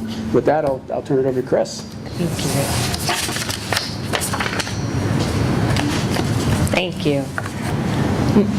Let me. The first step in our discovery process has involved me working with our maintenance department to gain a better knowledge of our HVAC system as to handling the systemic issues I feel are a very important way to make immediate change without significant human impact. We are currently with a company called Internoc that has provided us with metering devices at our 8 largest schools. It provides us the opportunity to see real-time data in our electricity usage at those schools, as well as to participate in a program that AEP has when there is a high demand period over the summertime. We agree to reduce our demand, and then we are provided with capacity payments from Internoc and AEP for any reduction that we have. So we use that not only for that AEP program, but we also use it on a daily basis to look and see where there are differences in our usage or where there might be usage that we really feel there shouldn't be. I have also been performing audits at all of our buildings to verify that systems are running appropriately and to confirm that best practices are being followed. I research industry standards for departments such as our food service, custodial, and transportation departments, and I've been monitoring our systems to ensure that they are working within the set building management parameters. During this time, I have been trying to educate our custodial and maintenance personnel on basic auditing, including what to listen for in buildings after hours, the importance of turning on off lights, the importance of tightening the HVAC scheduling when setting exceptions in the system for after-school activities. In light of the severe weather we have had this winter, we have invested in a weather normalizing module for our utility monitoring database. This allows me to better assess what our actual usage was in relationship to what a normal weather year would have been. During this discovery process and the resulting changes that we've made, we're happy to say that we have reduced our spending from fiscal year 2013 in electric by $109,798 as of the end of February 2014. We are only through February 2014 due to the fact that utility bills are delayed in reaching us. Our water has stayed pretty consistent throughout the district. However, we have made strides at Orange Middle School. We've saved in 5 months at that school $3,136 simply by finding 8 toilets that were running too long. A 15-minute, $15 change resulted in this savings at that school. Our actual natural gas savings has been $13,753. If we normalize that for weather and we base that on our bench line year of 2013, which was consistent for normal weather for the central Ohio area, we should have saved $32,266 if you take the severe weather into account. So when Yes. you calculate the savings for different utilities, how do you work for to deal with different rates for different periods of time versus true volume savings? Because I may have used the same amount of electricity one year versus the other. Yes. So just a rate change, do you count that as saving? How do you do kind of rate versus volume analysis on the savings? This is based on a benchmark year. Our base year is 2013. So when we look at what our rates were, what our usage was for that year, that period, we're basing it off of that. Our electricity rates have been fairly steady since 2010 at about 9.2 cents per kilowatt. Water just increased this year. Usually you get about a 4% increase every year, and we did just realize a sewer increase from Delaware County Sewer. Natural gas, we are in the MEC program with Constellation, so we do have some a level ground there for the natural gas at 12 of our buildings. The other buildings are with Suburban, and there is a fluctuation there, but we take that into consideration. I like to look at the usage because, as you said, your rates go up and down and all around. It's important to see what we're actually using. I just wanted to add to your question, what you'd said. The program that we have that we use to evaluate that takes into account the increase. I believe it takes this year's usage, so we're looking at the actual usage, not the dollars, applies the 2013 base year rate and compares that. Right. Correct. Right. When you reminded the janitors to turn off the lights, we just took like $500,000 automatic light switch. Yes. Oh, I'm sorry. It's proven science, Adam. Those light It's a proven switches, science. those light switches are in classrooms where we're speaking of with the custodians as they clean the hallways, and the gymnasiums, which aren't on that because they're used so often, is having them shut those off. Other things that Chris has worked with them on are trophy cases and art display cases, things like that. So yes, the energy program that we implemented has proven to have been beneficial to us when we put that in 2012. But there are areas that aren't on that because the hallways and others that you can't have the hallway lights shut off. So, yeah. I am very proud to share some of our major accomplishments of this initiative. By modifying habits and behaviors, we have reduced our unnecessary electric consumption after school hours. This includes the reduction of the number of electronic devices being left on, lights being turned on in areas the custodial staffs are no longer working, and confirmation that best practices are being used by all of our departments. To reduce our natural gas consumption, we have shut off one domestic hot water tank in every building. Every 3 to 6 months, we will change which tank is enabled. This will also provide us with a better, more consistent preventative maintenance program because we'll always be in those buildings working on those hot water tanks. Taking advantage of a rebate program through AEP, we have reduced expenses by $9,335.05 on projects throughout the district when changing lighting from traditional lighting sources to LED. And this does include all 3 high school theaters. We are in the process of assembling a district conservation team that will have at least 1 representative in each building, each major department, and they will act as a liaison and a champion for this district initiative to their peers. Through a grant, Liberty Township purchased several thousand recycling bins, 1,000 of which they were able to share with our district. This joint effort has allowed for recycling bins to be available to all employees in the district. And we are currently working with a utility monitoring company, JTrack. This company is helping us to install meters such as the meters that we have at our 8 high schools, or our 8 large schools in all of our elementaries. We are not only monitoring our electric in the elementaries, but in our Columbia Gas schools, we are monitoring our gas consumption.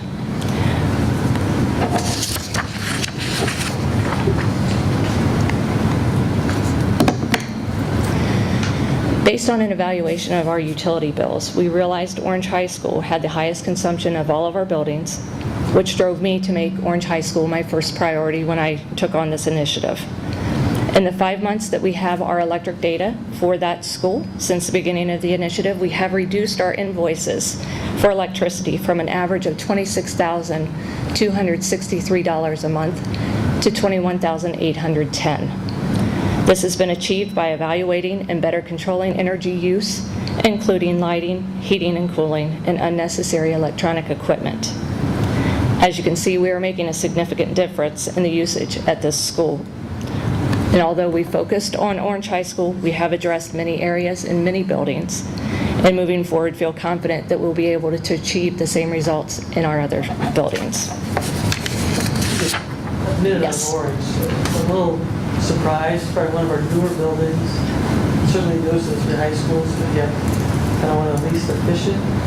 So, maybe it's unfair to ask, maybe in your opinion, how much of it was structural and equipment versus behavior? The systems needed adjusted. We worked on that to make sure that we had proper controls in place. And then by working with the staff, we did, in a future slide you'll see, in evaluating the computers and monitors, simply those 2 things left on at night. Orange High School has reduced the amount that they've left on by the highest percentage in the district. It has been a cooperation and a collaboration of both systemic and human behavior changes. And with this, I'm going to let Jeff speak of heating degree days and energy use for Orange High School. And to answer your question, and it's good timing with this slide, while this slide shows, I'll go over to this slide in a minute, but I just wanted to point out that with the graphs here and the meters that we have in the buildings, the importance of them, what this gives us, is you can see the ups and downs on this graph. We're able to get this for every building in the district now, since we've added these meters, and we can look at these graphs, break them down into hours, and see an hour and see what it's doing. So one of your questions, Mr. O'Brien, about Orange High School, what that was, one of the things that was happening at Orange High School was the chiller, for no apparent reason, was kicking on in the middle of the night. Probably since the building had been commissioned, we don't know that for sure. Our controls weren't telling it to do it, and it wasn't set on a timer to do it.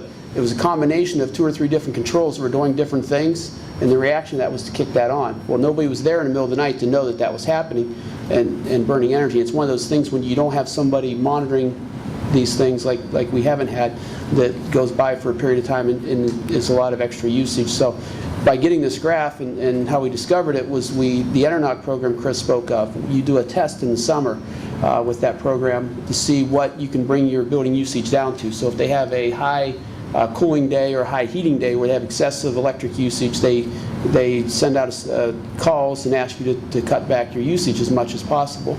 And what we found was we did that test and we said, okay, we did it during a day before students were in, but when we had staff in the buildings, and we're able to get a really low electrical usage on those days. And we backed that down. We said, okay, if we can get this baseline during the day, when we have people in the buildings, we then went back and looked at night and said, are we getting that at night? And we weren't. And that kind of is what then led to looking at, okay, Orange High School has a lot of usage, so we started looking at hourly reports of what was going on at Orange High School and then discovered that this was happening. So again, the controls weren't telling it to do it. I mean, they weren't told to do that, but just a combination of 2 or 3 things. This happens, it turns this on, and that happens. You know, it led to that going on. We actually had to call training to really diagnose and figure out why it was doing that. But that's one of those things, again, in one building that we've been able to focus on and take a look at. Now, the other 15 buildings that we put the monitors in ourselves, or the meters in, they just recently, we've gotten those in and up, so we haven't been able to do that. But the advantage that we'll have with those is that, you know, we've got one elementary building that is great energy usage, another one's the exact same building, 5 miles down the road, has high usage. What's the difference? Now we can look at them, those 2 buildings, the same period of time, and look at that and say, okay, what's different? What's running at this building, it's not running at this building, or why is that happening? And it may be habits, and it may be something that with the commissioning of the building like Orange that we've not seen or nobody's aware of. So that's the benefit. And again, when I said Chris is at the tip of the iceberg with this, that's data that we haven't been able to sit down and evaluate yet, because we just got the meters in and we just started the program. So it's, when I look at these graphs, I get all excited. And so I asked Chris if I could talk about this one. So what you see here is the fossil fuel use and the heating degree days. So if you see this red line, it goes up and down. This follows the pattern of your heating degree days. So when it's up, it's when it's cold out and we should do a lot of heating. When it's down, it's warmed up and you would do less. So what you want to see in a building is you want to see that your fossil fuel usage here follows that pattern. So when it warms up, that you're not burning as much, so it should drop down below this. And on the heating days, when you're really heating, you want to come in right at or just below where this mark's at. And as you can see here, from in 2010, the heating degree days are going up, our usage, so when it drops, we're not dropping anywhere near where it should have. And then when it peaks out here, we're continuing to heat beyond where we should have on that. And you can see that follows through here in 2011, 2012. Now we get to 2013, you can see here in June of 13, and we hit our, right in this area here, we hit our summer 410s. But if you take a look, since Chris started this program, we get into September and October of 2013, you can see that we're up above, and down here we're not reaching below. You can see that we've now fallen in line. See, she's right here, our heating degree days actually are peaking below. So we're using less fossil fuels on this day than what the graph will tell you we should have, whereas over here we've exceeded that. And this is just an example of the data and the information we have now after going from September through the program. So if we can keep this in line, you can see the savings that can be gained just to one building, and then we take this same, look at these same comparisons and go building to building. And that would be our goal, was to get them, oops, I'm not sure which way I went, there we go. That would be our goal, is to get all the buildings in line with these. And this is, again, just one graph of dozens of graphs and dozens of data that we can compare and do and use. So that's the advantage of why we put these meters in, as well as we're fortunate with the Internoc program. Not only do they rebate us for energy savings when we cut back, but they provide us with these meters and paid for the cost of 8 of them. So it saved us having to put those in. So that's the benefit of it. So, yes. Thank you. One thing I think we all need to remember is we can't change what we can't see. And it's very important to look at these things and try to evaluate what we see. Orange High School was my building of focus, but district-wide we've had several areas of focus. The 3 main areas have been electric motors, the HVAC controls, and the equipment controls. Throughout the initiative, we have enhanced controls on multiple electric motors, including exhaust fans, VAV boxes, and boiler pumps. After-hours audits are an excellent tool in the development of plans to better define and evaluate systemic controls. This will continue to be an ongoing part of this initiative, as we must be diligent in our efforts to identify areas of improvement in a very proactive manner. We initially evaluated the scheduling system of our HVAC system at all buildings. Schedules were tightened and modified, and I believe this to be a big contributor to our utility savings through this initiative. I continue to educate the head custodians on how to set schedules to ensure consistency in how we heat and cool our buildings for after-hours events. We need to provide a comfortable environment without overworking our systems. Electronic equipment left on after hours has also been a focus of this initiative. Initially in our audits, we found approximately 62% of computers and monitors had been left on after work hours. After educating our staff on the potential cost of this practice, follow-up audits have found that the number has been reduced to under 50% district-wide, with our star of Orange High School being down to 25%.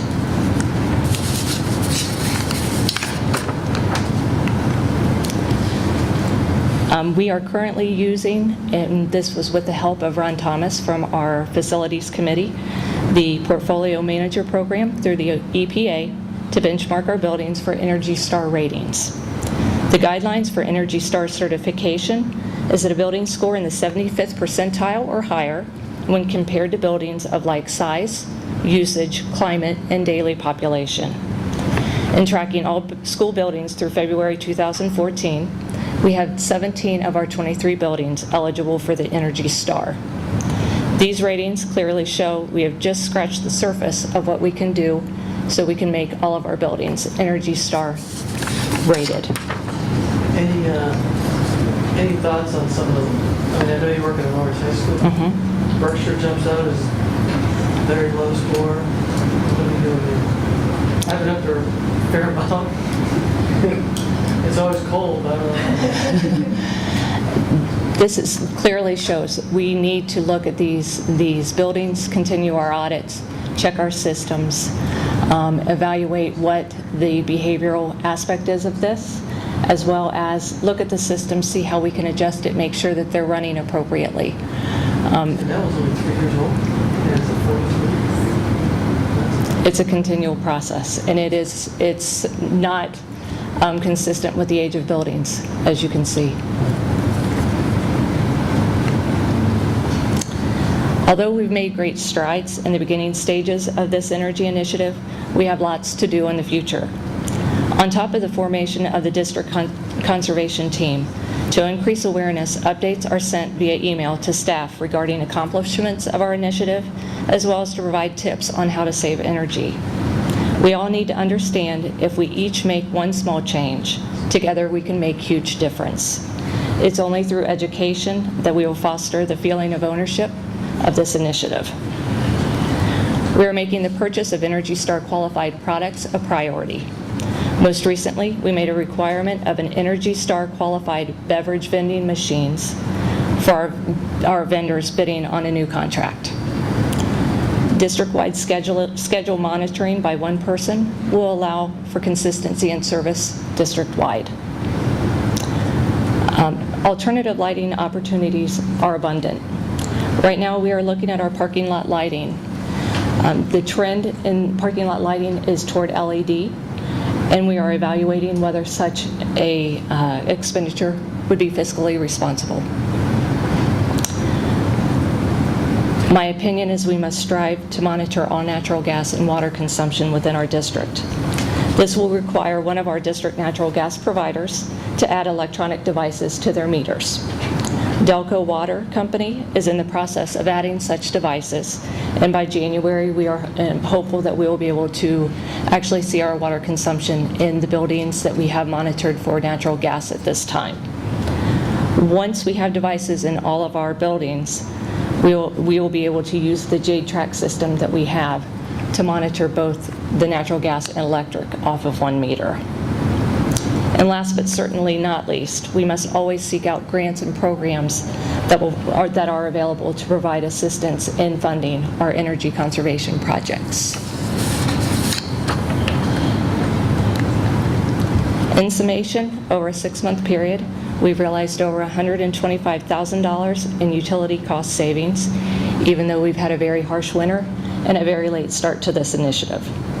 I'm proud of our accomplishments and feel we can only recognize more financial savings, but also provide a significant impact on our environment.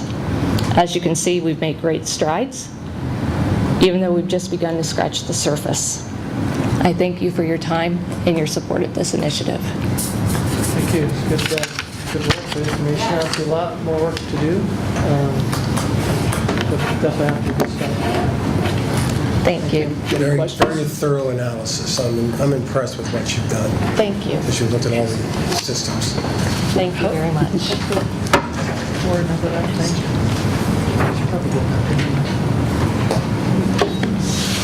House Bill 264. We did that. We self-funded.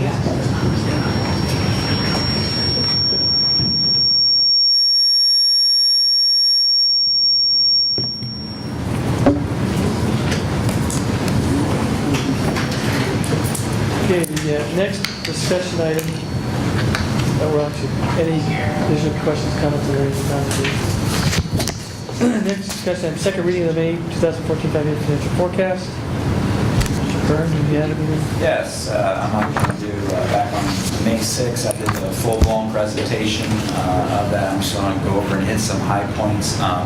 If you don't mind if I stray off one minute, Adam, you asked about federal subsidy for how much we get in for federal subsidy last year. It was about $1 million out of about $7 million in revenue that we get in as far as our food service funds.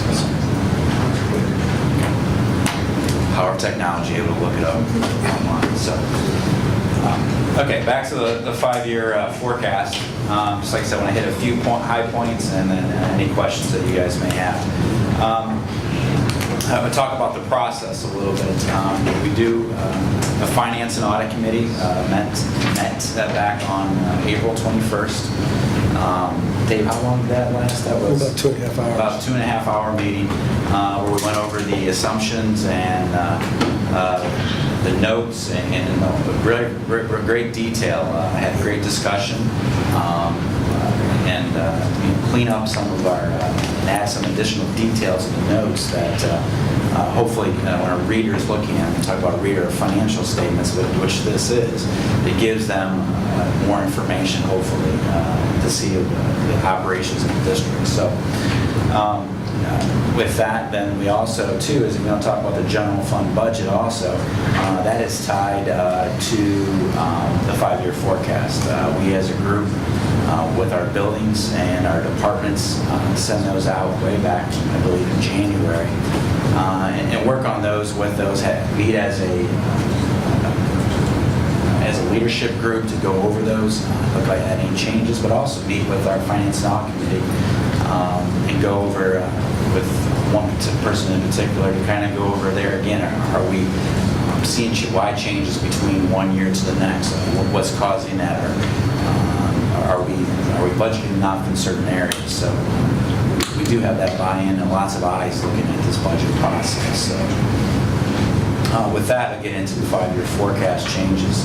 If you look back in October, we had a positive fund balance through FY17 of approximately $413,000. If you look today at the end of May, or the May forecast at the end of 17, we have $13 million positive variance. What went on? Hit some of those high points. There again, you got to remember I call the multiplying effect. You do it this year, you have those positive gains as you go out throughout the forecast. So some of the things that I already hit on in the financial reports, changes from October. Revenues increased about $3 million, about 1.82% over estimates. I mentioned real estate valuations and collections are higher. The additional 8 item of state funding for the preschool special education, and the one-time refund of fees from the county audit. That's a one-time thing. That was about $1.8 million. The other two are carried forward throughout the forecast. Some of our risk assessments that we have going forward on the revenue basis, real estate taxes, new construction and reappraisal. New construction, we do have some small growth out there, approximately 2% over the forecast. We're not, things could pick up and blow up housing starts. I drive around the district and I see new houses all the time, and you can see some commercial developments still popping up. So we'll keep an eye on that. The biggest one that we've hit, I think, either superintendent's report, treasurer's report, board report, state foundation revenue. We got 3 state budgets that affect this forecast. Currently, as it stands, we have small growth projected beyond the current state budget. As you know, we're capped 6.25% this year, 10.5% next year. Julie mentioned we're supposed to be getting 42 million. We're getting 8.2 million. So we have about 5% growth built in going forward.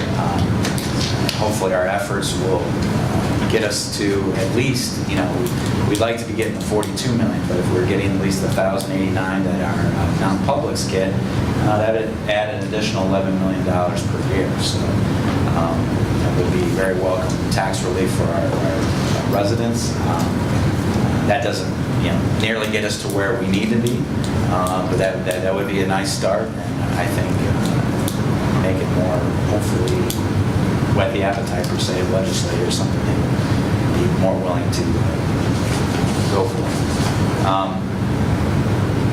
As we mentioned, we are locally controlled, predominantly real estate taxes and also other financing sources, which are TIFs.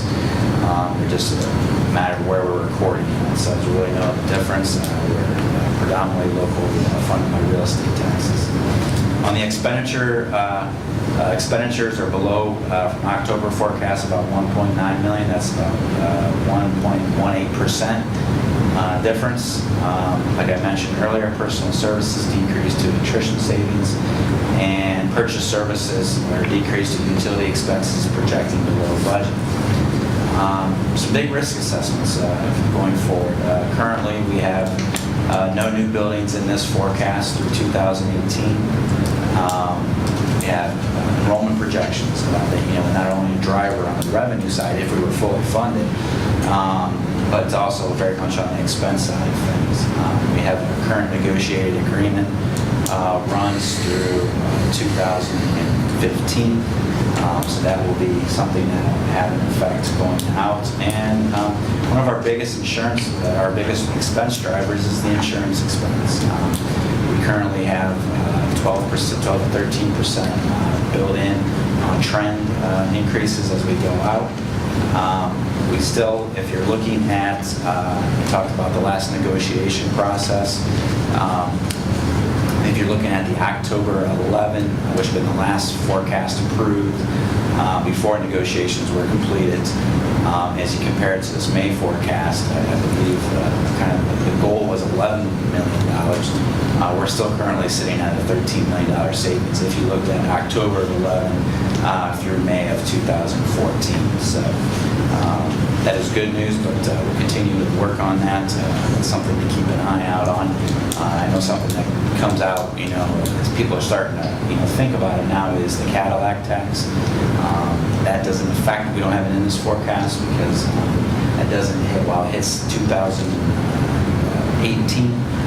We're not sure exactly when, if we would hit it, when that would be essentially assessed. As it sits right now, we're fully insured, being billed actually to the carrier. Of course, the carrier would most likely pass that cost on to us, of course.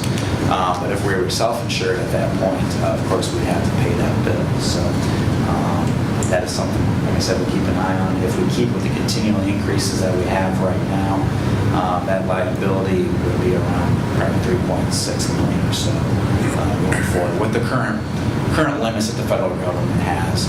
That could change as the Affordable Care Act has changed and evolved over time. Those limits could be changed. That could be pushed back. Who knows? But that's where we're at with that. Pupil-teacher ratio has, if you look back from October of 10, which was again the last forecast before our last operating levy, we had projected by the end of next year being around 14.86 teachers. When I meant teachers, that could be all teachers, guidance counselors, intervention specialists. As you compare that with now, we're about 16.05 estimated for fiscal year 15. That's a little over one teacher, which we'd have approximately 100 more teachers now than we do without those changes, and yet look at the performance index score continues to go up. So teachers and everybody's working real hard out there to continue growth performance index. So really, that's all I have. Is like I said, going to do a full-blown presentation on the 6th. So I would entertain any questions at this point. I'll just make a comment.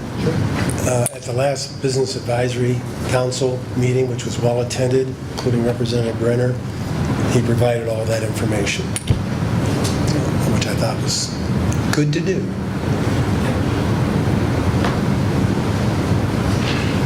Nothing else? No, good job, Mr. Kern. Next item is the first reading of board policy updates. Mr. Martin? This is the 110-page reading.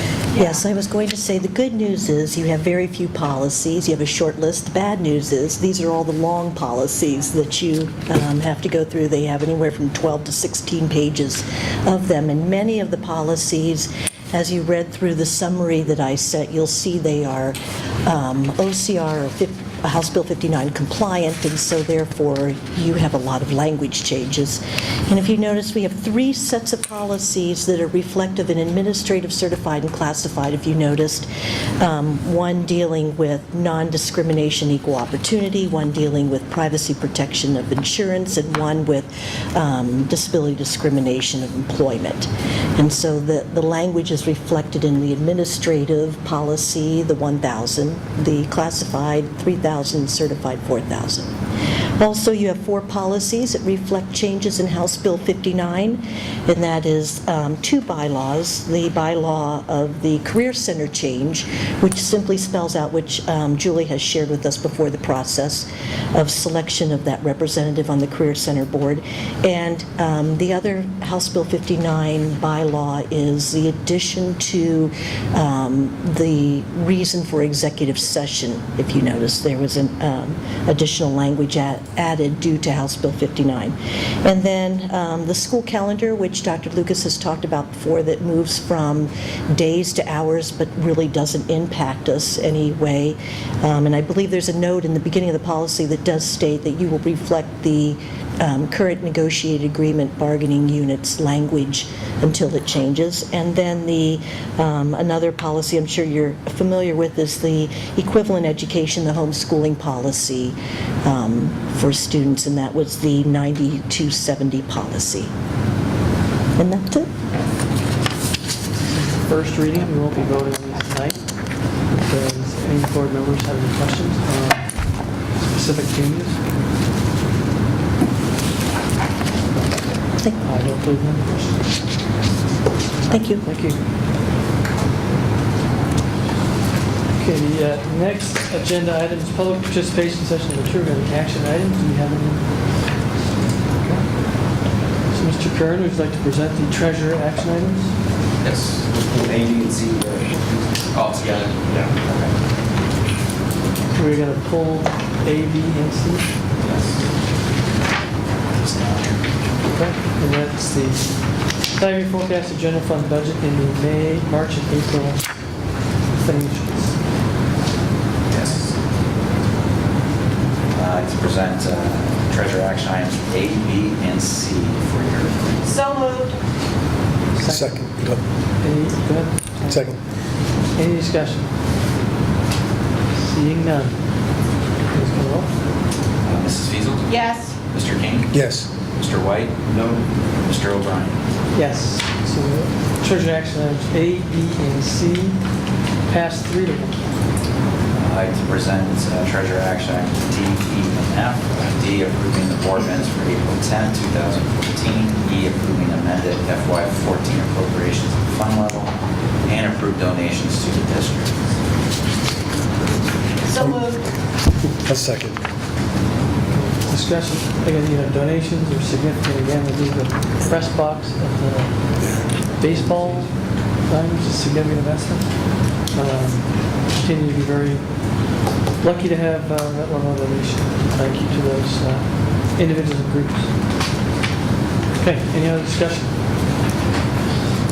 Seeing none, please call roll. Mrs. Fiesel, Yes.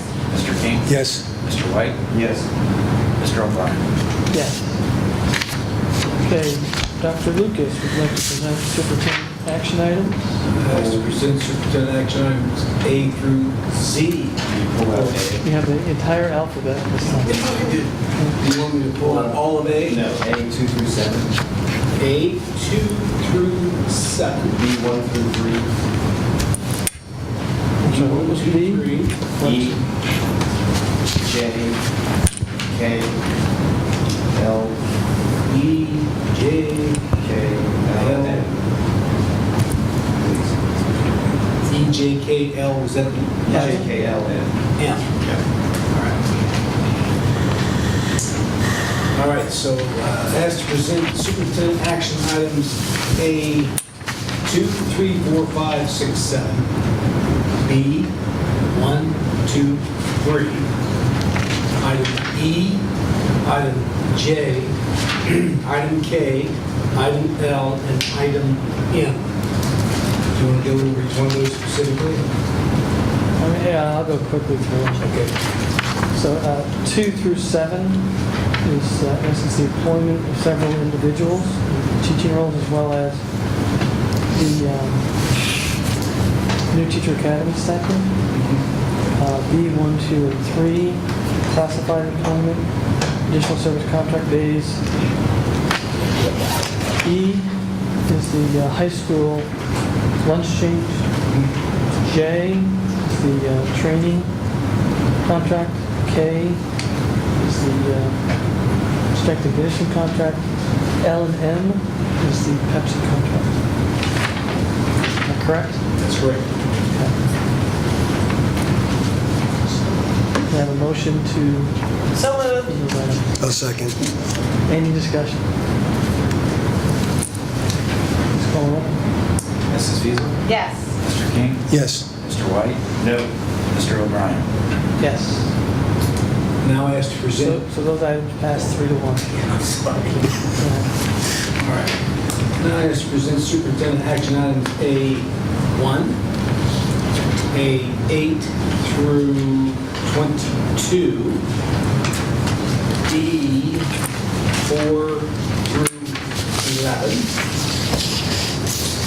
C, D, F, G, H, I, N, O, V, Q, R, S, T, U, V, W, X, Y, and Z. So Can you say that moved. again? Who's saying that? So moved. A second. Any discussion? I just want to point out on P that to approve the facilities improvement for the space alignment at Olentangy High School.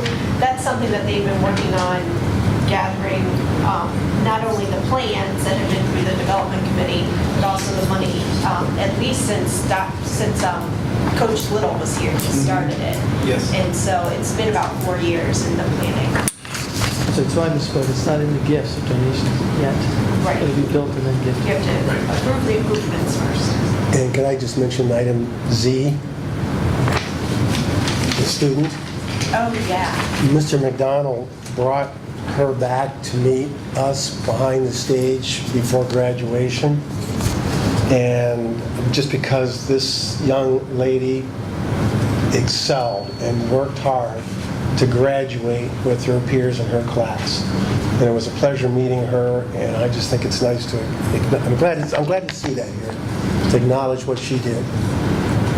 English was her second language, so Yes. that's why she wasn't included in the first list. Yeah, thank you for saying that. She came in as a junior, and that's right. That's right. I worked extremely hard. Yes, she did. Okay, any other comments, questions, items on those? Okay. Okay, please call roll. Mrs. Fiesel, Yes. Mr. King, Yes. Mr. White, Yes. Mr. O'Brien. Yes. That concludes our agenda items, and we have removed the executive session, so I'll entertain a motion to adjourn. So moved. I'll second. Any discussion? Okay, please call roll. Mrs. Fiesel, Yes. Mr. King, Yes. Mr. White, Yes. Mr. O'Brien.